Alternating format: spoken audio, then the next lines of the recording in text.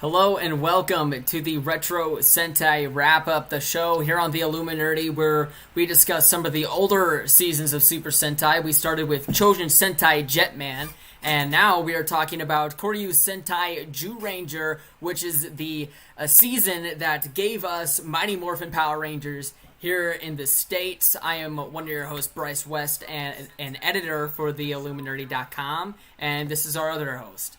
I am Blackwing 2040 here back again to talk about some more episodes of Kyōryū Sentai Zyuranger, and to me these first 6 episodes are definitely, I could say, my favorite. One of my favorite episodes. So that means it's only downhill from here, folks. Well, like I said, I'm trying to keep it optimistic. I don't want to, shove people away thinking that the show is not interesting, but I definitely want to, keep it optimistic and let people form their own opinions. Yeah. Don't just be listening to my voice. Let your opinion be heard. So. Yeah, so we've got two-parters to talk about. We're talking about episodes 3 through 6 of the show. And yeah, so I do agree so far. I mean, they're off to they are off to a somewhat decent start. I think, I'm kind of noticing that the characters are definitely being handled quite differently from last season. Jetman, they were definitely very close relationship-wise. And as of right now, you're not really seeing that too much with these guys. They're just more kind of, just together just because they're they always have to together. Be. Yeah. And it's not like, they, actually have any sort of bond or anything with each other. So I kind of hope that they develop that as the season goes on, but I can kind of see this being one of those seasons to where it's just, this is it. This is the team. We're just here to fight evil, and then we're going to go back to sleep. Here's your team. Here are the bad guys. Watch. Yeah, so I kind of wish that we were getting a little more complicated, but like I said, we've been spoiled with Jetman, and so I feel like, this is really giving this season an unfair disadvantage. Sadly. So we've got the first two parters with the legendary weapons. So that's a lot of fun. And a lot of this season wasn't, or a lot of this footage, was footage that I don't recall seeing in Mighty Morphin Power Rangers. So this is really cool with the Land of Despair. So Blackwing, I'm pretty sure you're covering that. Yeah. So basically, first off, you have Bandora peeking an eye on a kid. If you guys know, if you've watched MMPR, you know how Rita's always looking in her telescope, keeping an eye on everybody. Yeah. And now, here she's just like keeping an eye on this kid named Hiroshi and his mother. And he was like, "I wish my mother wasn't here." And like, "Oh, I'll do you a favor." And he sends her to the Land of Despair. And so Barza, I almost called him Zordon for a second, but yeah, Barza tells the Zyurangers that there is.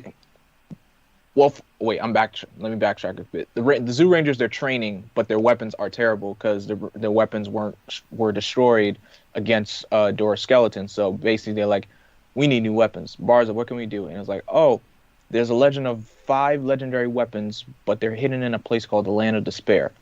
And it's like, "Geki, open the door," which is crazy how the land is like right there. They could just head straight to it. But Bandora tells them like, "I wouldn't go in there if I were you, but here's the bargain. There's a kid in there trying to find his mother, but here's the thing about the Land of Despair. If you cry or show any despair, you'll get turned into stone." And Bars also says any warrior that's tried to get the weapons has turned to stone. So basically they're like, "All right, we'll do our best and stay strong, and let's go get that weapons and go save Hiroshi." But of course, Bandora has plans to make the challenge even harder. She tells Puri Khan, basically Finster's Sentai counterpart, to make another monster, and he creates Dora Minotaur to just take down the Rangers. So they get into the Land of Despair. They come across a lot of distractions. Like Dan gets distracted because he's getting tired and he wants to have some water, but it was just an illusion. He almost gets pulled into the ground. Boy and May find Hiroshi, but they get ambushed by Gryffazor. And of course, we also get the introduction of all the Zords, all the Guardian Beasts, Guardian Beast, Tyranno, Jew Mammoth, Triceratops, Saber Tiger, and Pterodon. But we don't get the Megazord. We just get some Zord A action. little sneak peek. Yeah. Yeah, little Tease, yeah. breadcrumbs of the Zords. So they find Hiroshi, but he's getting sad because he can't find his mother. So he turns to stone, and the other Rangers meet. They rendezvous back with each other, and they find the castle and where to find the weapons. And so their last trial is to pull this sword. Well, not it's an evil sword, and they're not trying to pull it out of the stone. And here's the crazy thing is, this is where I go to where I have my first problem with the characters, and that is Dan. They're standing there reading the inscription that says the sword is very. You pull this, be evil, or blah blah blah. And then stupidly enough, he just like, you know what? I'll do it. Yeah, I'm just gonna pull this sword out, and then he gets electrocuted and just goes like, "Argh!" I'm like, stupid. I'm like, stupid. Birdman like, Dan would have never done that. Well, I don't know about Birdman Dan, but this Dan is just no. So yeah, he lets go. Then he actually pulls the sword out, and then almost loses control, but he able to contain himself and destroys the sword. And they find the weapons in another room. And so they get to the weapons. Bandora is actually already there, and she starts turning the Zyurangers into stone. But Geki's calling out to the weapons, like, weapons, we've done all this hard work. We completed every challenge. We are worthy of you. And so the weapons fly to the Zyurangers. Geki gets a sword, power sword, which is also called the Reawaken. Goshi gets the Moth Breaker, aka the Power Axe. Boy gets the Saber Daggers, Power Daggers. Dan gets the Tricara Lance, aka Power Lance, and May gets the Power Bow / Terra Arrow. So, and then they fight Dora Minotaur. They form their weapons together, and they create the Howling Cannon. And Dora Minotaur is destroyed. They find Hiroshi's mother. They rescue him, and her. Yeah. I mean, oh yeah, her and him. Okay, so that is kind of the end of the episode, but they do some like really stupid, hokey Andros like Corone moment at the end of the episode where the mom cries onto the sun statue or whatever, and the sun is like released from the statue or whatever. So it's just like okay, so hold on. So first of all, you could just cry onto the statue and then the person will be free. So why don't I don't know, you cry on everybody else that's in there and free everyone? Like they just save Hiroshi and dip. Like, you know. Because remember all those statues of us old warriors are trying to get the weapons. I think if the tears actually worked, those warriors wouldn't last because they've already like out of time. I'm pretty sure they're probably already dead. Well, I don't know. Be like the Captain America route, they're just like stuck in suspended animation or in ice, and then just, oh, I'm still alive, but I'm in a different time period. So see, there you go. But first of all, we got Donnie Pearson in the chat as always. He says hello again, Bryce, Blackwing, and all. Hope everyone is well. We hope you're doing well too, Donnie. Thank you for tuning in. But yeah, I thought that was kind of weird.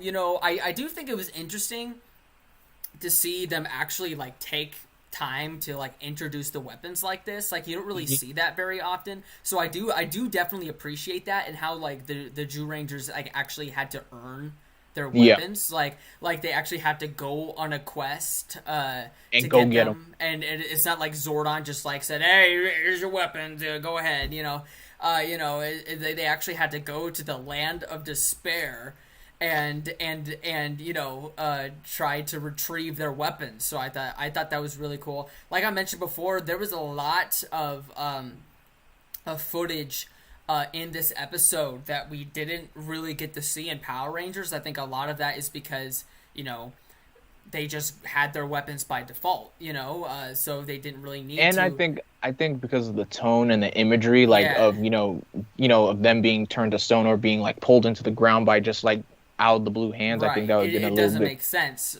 for an NPR because it's kind of Saved like Saved by the Bell. It's kind of like a superhero sitcom almost, you know. So, you're right. The tone didn't really make sense. So I thought it was really cool to see, you know, footage that we hadn't seen before, which is not really that common considering they ran out of footage and had to ask Toei to film more, so they could keep using the MMPR suits. So yeah, I thought that was really interesting. I think I'm definitely seeing a common motif with the use of the kids in the plot now. I can see that this is going to be a constant throughout the rest of the season. So we'll see how that works out. Because we had it in the last arc, now we have it in this arc, and we're gonna have it in the next arc that we're gonna talk about. We'll see. But I didn't think the kid was too bad. I mean, he just kind of started crying because his mom was gone, and he turned into this like really creepy looking statue. And then I think I knew they were gonna have to save the kid somehow, but I think it was such a stupid way of doing it, just having the mom cry on him. But I don't really know what else they could have done really either, because I mean them defeating the monster wouldn't have made any sense, because the monster's not the one, the Minotaur monster or whatever, he's not the reason why they got turned to stone. That's just an effect. That's just an obstacle. Yeah, that's just an effect of the land. So I don't really know what else they should have done, but it still was just such a cop out, just I'm gonna cry, it's on him, and then it's gonna turn him back to normal. I mean I feel like that's just the okay, just to give it a happy end. The episode's almost over. We need to save the kid, So, but otherwise, I thought it was a pretty good two-parter. Like I said, I really enjoyed the fact that they actually had to go on a quest and earn their weapons. Like you don't really get to see that too much anymore. So that was pretty cool. So Blackwing, what do you rate these two episodes? I give both of these, this whole arc, I give it probably like a 3.5 to a 4. Yeah. Because, again, nothing really... There's no, wow factor to it. But it does... I agree with you. You actually see... There's something that they need to get. The weapons. That's their mission. Mm-hmm. And, of course, some other side mission is basically to rescue Hiroshi and his mother. Yeah. And, of course, the obstacle was Dora Minotaur. So I did find that very interesting. And, yes, with the whole added stuff, that some footage that we didn't see in MMPR, so I found that very interesting as well. I think I'm gonna give it a 4. I think I definitely enjoyed this two-parter better than the next two-parter that we're getting ready to talk about.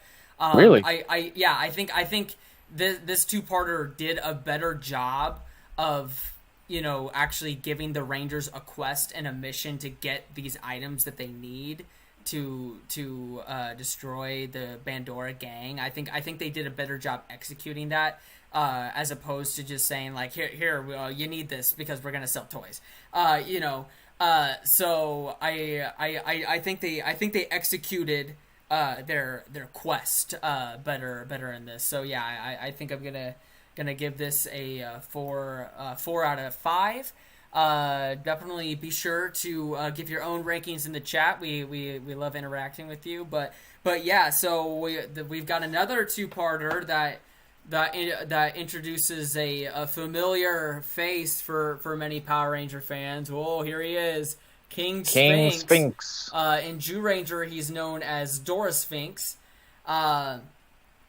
But yeah, so he's a very popular villain in Mighty Morphin Power Rangers back in the day. He got his own Lightning collection figure not that long ago.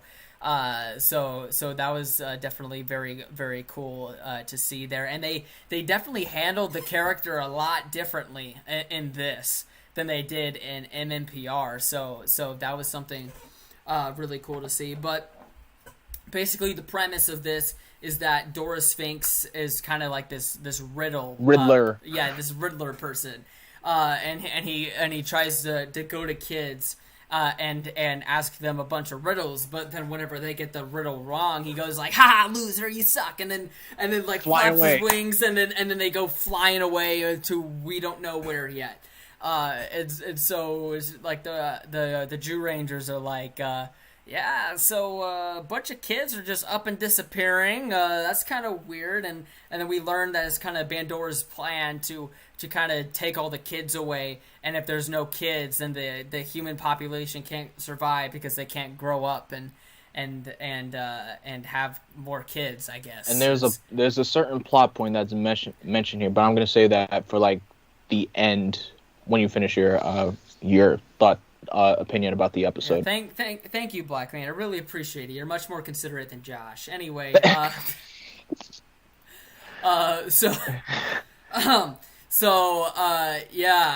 basically, Boy and Dan. Well, the whole team goes to investigate, but we're focused on Boy and Dan at the playground. Because obviously there's going to be a bunch of kids there, so it's likely that Dora Sphinx could show up there. But Dan gets bored, says he's got a date, and says, I'm a dip. See ya. This is why I don't like Dan. And Boy literally goes like, dude, like, what the heck, man? Like, we have a job to do. Like, dude, we have a job to do. What are you doing? Yeah. So yeah, Dan basically says, I'm done with this. Like, see ya. And then Dora Sphinx shows up and asks Boy a riddle, and he goes, "Oops, sorry, I thought you were a kid or something." So I guess Boy does look pretty young compared to. But he is the most agile one on the team. Yeah. So, but then Bandora's like, "Dude, that's a Zyuranger. Go after him." And so he asks him like some riddles or whatever, and Boy's like, "Dude, I ain't playing." Like, and then eventually he gets him to do some riddle or whatever, and then he gets it wrong, and then he goes flying away, just like the other kids, and Dan sees this and goes, "Boy," or whatever, and then goes back to the bases, goes, "Shucks, man, this is all my fault. Grr." And he's like having this little like pity party over it. Guilt, like self-pity kind of moment. Yeah, so, whatever. And then meanwhile, Geki is having these weird dreams every once in a while where he's in this like dystopian world or whatever. So that's kind of interesting. But then Dan goes like, "All right, I'm gonna say Boy, and by myself or whatever." And Geki's like, "Okay, dude, you're gonna continue to be selfish. All right, whatever. See ya." And then no, but they go follow after him. But then Geki kind of falls down and then has another one of his dreams. And then Goshi and Mei are like, "Dude, like, you chill, like you good? You good? You good?" Like Geki's like, "Yeah, no problem. Let's go." It's like, and they don't even question it. It's like, "Okay," like. So, but then they're on their like motorcycle things, or whatever. They call them the battle bikes. Yeah, the battle bikes. Yeah. So, but and we didn't really see them a lot in MMPR, did we? We only got them once. Just they were on screen for like one little moment, and then you never see them again. Yeah, I didn't even remember that they were even in the show. But they feature them quite a bit in Zyuranger, right? So yeah, that's their main means of transportation. So that's kind of odd, but yeah, they're on their motorcycles and they see Dan like flying away or whatever. It's like, well, we figured that one coming. I think it's because a lot of the footage of the Zyurangers riding their motorcycles, they're out of costume. Yeah, so, I could definitely see that. But yeah, Dan gets flown away by Dora Sphinx, and eventually the rest of the remaining Zyuranger get in contact with Dora Sphinx. And he reveals his evil plan to turn the children into trees in a forest where the trees are being cut down to be turned into a golf course. And I'm like, that is a very oddly specific plan.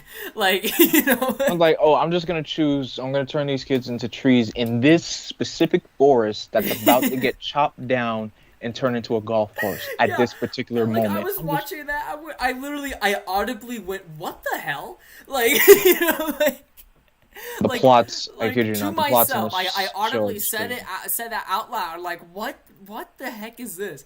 Like it is such an oddly specific plan.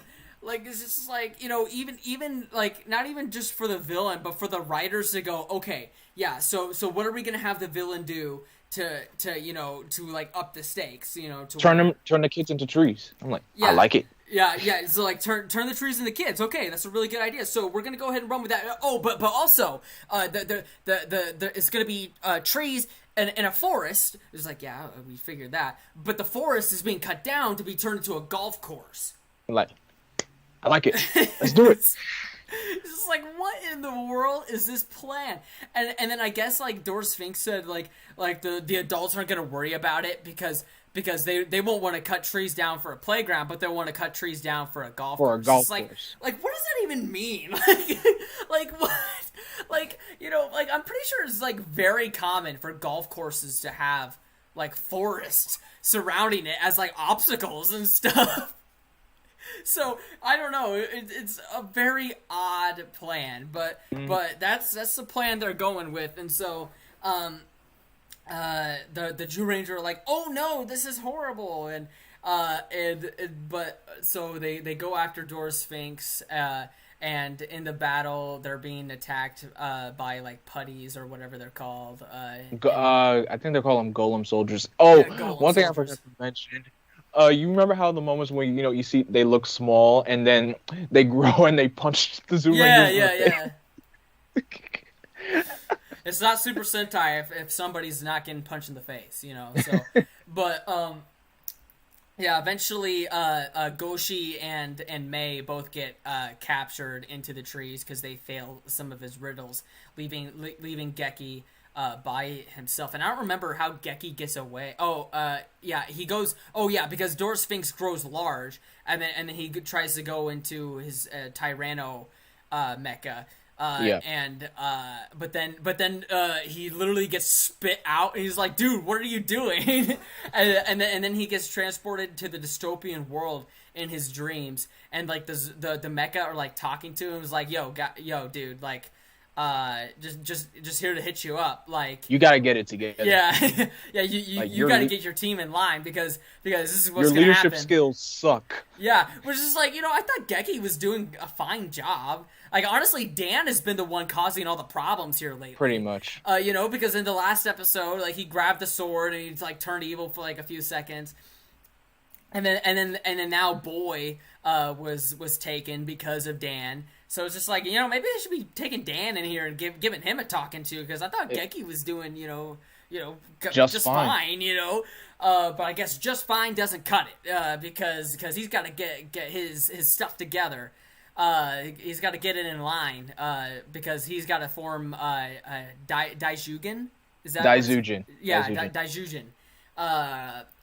Which is the Megazord of this season. But then it's revealed, because he's taken out of the dream, and he's in the forest, like talking to his team through the trees, and then right. Barza shows up out of nowhere and says like, "Hey, just thought I'd let you know, Daijujin, to get him to work, you need the Dino Crystals." And then Geki's like, "Okay, great. Like, where are the Dino Crystals at?" He's like, pff. He just appears out of nowhere. He hasn't been seen since like episode 3 or 4, and he's just like, "Where were you the whole time?" Yeah, just randomly playing with this Beast Morphers Blue figure, by the way. But anywho, but yeah, it's like Bars is like, "I don't know, that's your problem," and so. I'm like, you can find them. Don't worry. I'm sure you can find them. Like yeah, so yeah, I got like wizard stuff to do, you know. So I got Wizard Club, and so he dips, and then Geki goes to the quarry like they do to fight Dora Sphinx and Gryffazor. And conveniently, while they were fighting, one of the two, I can't remember which one it was, but they blast into the rock, and which conveniently reveals the The dino dino crystals. crystals. It's just like, okay, so it just so happened to very conveniently be hidden in this quarry when it could have been literally anywhere else in the whole world. Okay, whatever. I don't question it, but yeah. So the dino crystals were there, and then something that Barza didn't really mention, but I guess the Dino Crystals has the ability to free exclusively the Zyuranger from the trees. It's just again they the logic really in the didn't. show is just. I don't think they really thought that these 2 episodes through very well. Because it's just like the Dino Crystals help are what you activate to form the Megazord. But then it just randomly is able to free them from the trees as well. Like Geki's like, "Hey guys, catch!" and throws the Dino Crystals, and then they come out of the trees and catch them. So it's just like, okay, how/why is this a thing? But whatever. They get into their Zords, and then they form Daijujin. Wait, you forgot Dino Tanker. Oh, yeah. The tank also, they got to do the tank first, right? And then they form, So they get in their mecha, their Dino mecha, then they go into the tank, and then they go into Daijujin. And it's just like, okay, they kind of did that in MMPR, but then they stopped doing that after a while because it's like, okay, this is I think it was for a good reason. Yeah, it's a good, for a good reason because I'm like, we don't need to see the tank. We just want the Megazord. Yeah, so they kind of got rid of the tank after a while, but yeah, so they gotta do all that crap, and then they fight Dora Sphinx and Gryffazor for a little bit. And then Dora Sphinx kind of goes to the ground in his human form, and goes like, "Hey, I got riddles for you." And then he asks him a riddle, and then Gryffazor starts attacking like while they're trying to figure out the riddle. And then Dora Sphinx is like, "Dude, I got this. Chill." And then Gryffazor, I love that bit. I'm not even kidding you. Literally lays down on the ground like this, and is just chilling. I'm like, that is a new desktop wallpaper. No. Dora Sphinx just tells Gryffazor, Gryffazor, I'm attacking him right now. Take a break. Yeah, Gryffazor is literally just like, I'm just chilling. It's like, what the heck is this? And then so they do all these riddles, and now since the 5 of them are working together, they're kind of able to figure them out. And then Dora Sphinx is like, fine, if you can keep freaking figuring out my riddles, but I got like unlimited riddles, so eventually you're gonna fail. And then Geki has the idea to what would probably be the hardest riddle, like his greatest weakness. So we should ask him to like up the ante a little bit. Give us your hardest riddle, and then Dora Sphinx is like, fine, you're never gonna get it, and so they get it wrong. They said the chest or whatever. And then Dora Sphinx like, ha ha, you fools! My weakness is my snake on my head. So then he reveals his his weakness. It was like, thanks for telling us. Yeah, thanks for the tip. And then Dora Sphinx grows, and he kind of like tries to like fly them away or whatever. But they get like the what do they call their sword in this? Lightning Godhorn. Wow, that's a really ridiculous name. But they swing the lightning godhorn at Dora Sphinx's snake. I think that's what's the name of the sword. And then it kind of explodes. And I don't remember what Gryffazor does. What does he do? Disappears. Yeah, he just kind of goes like, all right, I'm gonna head out. And so all right, I'm gonna head out of here. Y'all don't need. And so they're able to destroy Dora Sphinx, and that's pretty much it. Yep, that's pretty much the end of the episode. Oh, the kids are freed. Once Dora Sphinx is destroyed. But, okay, let's actually rewind for a sec here. Because at some point during episode 6, they start cutting down the trees. Yes, they do. Are they cutting down trees with kids inside? I don't know. By this Like, point, I'm just like, can this Megazord battle hurry up and end? like, because like are they like actually like killing the kids right now? And then like like at the end of the episode, the kids like are released from the trees. They're like, we're free, and the lumberjacks or whatever they're called are going like, what the hell? Where did these kids like come from? it's like, what the heck is going on? And then that's pretty much it. The Zyuranger like celebrate their victory, and they kind of... Oh, the sword is called Godhorn. That's the name of the That's the name of the sword. But, and back to the plot point that I mentioned earlier, because I don't really don't like the name of Fencer's counterpart, Puri Khan. I can't even pronounce like Puri Khan. The actress, Bandora's actress, the way how she says it, she just says it so fluently. Yeah. Fluently well. I'm just like, I guess we just call him Fencer. Is it I can't even say it. It's Puri Khan? It's one of those character names where it's just like so hard to pronounce. Yeah. Like and it seems like it's just like wow, it's spelled weird too. Obviously we're American and so it's probably spelled differently and we just don't spell things like that. So okay, here's the pronunciation for it. It's Puri Khan. Puri Khan? Yes. But it's spelled Plepre Khan. Sometimes the way it's spelled is not the way it's pronounced. Yeah, right. Obviously, yeah. So like I know like obviously like American spelling is going to be different than what they spell things in Japan. Yeah. But so Puri Khan asks Bandora like, "Why do you hate children so much?" And like, "I hate children." But that's a plot point. So that's going to be explained. Yeah, it's going to be explained a lot later on. One thing I've forgotten about this episode when I was watching in episode 5, part 1 of this arc, when they were fighting Dora Sphinx for the first time, I could have sworn Goshi was the one that lasted the longest with the riddles. I didn't remember that Geki was the one that lasted the most. But well, it had to be because he's the one that fights King Sphinx in MMPR. Yeah, but I was just like, I could have sworn, because I remember and back then they weren't shooting like any American footage unless it was with the American actors. Yeah, because I remember May didn't do well with the riddles because she sucked at it, like she said, and then Goshi was like, May, you got to say the riddle because this is what it is. But Goshi only answered 2 riddles, and of course Geki is the one that answered the most. So I get. And King Sphinx in MMPR, he's like way different, right? Yeah, he's just your stereotypical just monster. A normal monster, yeah. So I don't remember how did they get rid of the Rangers in the MMPR version. I forgot. Yeah, I totally forgot. I'm trying to look it up right now. Let's see. King Sphinx deploys the party patrol. So he just sends them to the youth center. Oh. Yeah, so they just get sent back to the youth center. So that's kind of weird. But yeah, so yeah, and Mighty Morphin, he was just kind of a normal run-of-the-mill monster of the week. But yeah, in Zyuranger, he actually got like a full-on 2-parter, so I thought that was kind of cool. I do like King Sphinx / Dora Sphinx design. I think he's a really cool looking villain. Obviously, I guess that's what makes him stand out and makes him so iconic for. Yeah. But yeah, which is why he has a Lightning Collection figure almost 30 years later.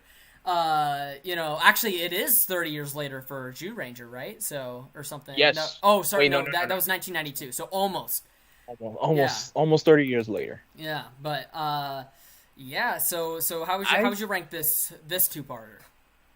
Another 4 out of 5 because I find Dora Sphinx a very formidable foe, especially with using the riddles as a gimmick to capture the Zyurangers and everything. So of course the fight between Geki and Dora Sphinx, and him getting the Dino Crystals, as absurd as it may be how he finds them, but it's still cool in the same way. So I did thoroughly enjoy this arc. Now I know after this is where the show kind of steps away from doing like 2-parters. We get single plot point episodes, single, until we get to the Barai arc / Green with Evil. Well, we do have the Power Egg thing coming up. I totally forgot about that plot point to the point because that's the next episode of Retro Sentai that we're doing. It's not the next episode is Zyuranger, but it will be in next week's Retro Sentai. But yeah, that's also another plot point that I totally forgot that I didn't really care about the first time I was watching Zyuranger, but it'll refresh my brain. in Power Rangers, it's the introduction of the Morphin Masters, which didn't get resolved until 2021. With Power Rangers Dino Fury. At least in the show, I know they had them in the comics as well. Yes, But yeah, so, but yeah, I give this a 3, maybe even. Maybe a 3.5. No, maybe even lower, like a 2.5. I did not like these episodes. I think Dora Sphinx is cool, but that's the only thing I really liked about this. Dan was really annoying. You're gonna see that. A lot of the stuff just didn't make any sense, like the visions that Geki was having, and then they, with the last two-parter, they had to go on a quest and earn their weapons. But with this, it's just like the Zords just came to Geki in like a vision or something and said, "Yo, like you got to step it up, man."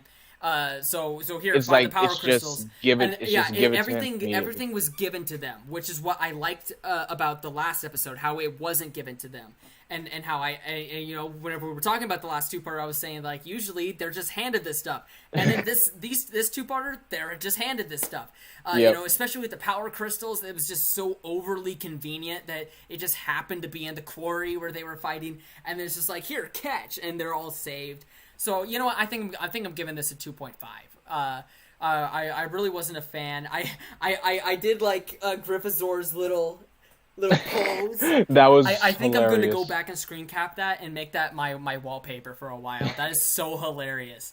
You should use that as like a starting up screen, like standby screen. Dude, Scream is starting up. I might see if I can work that out.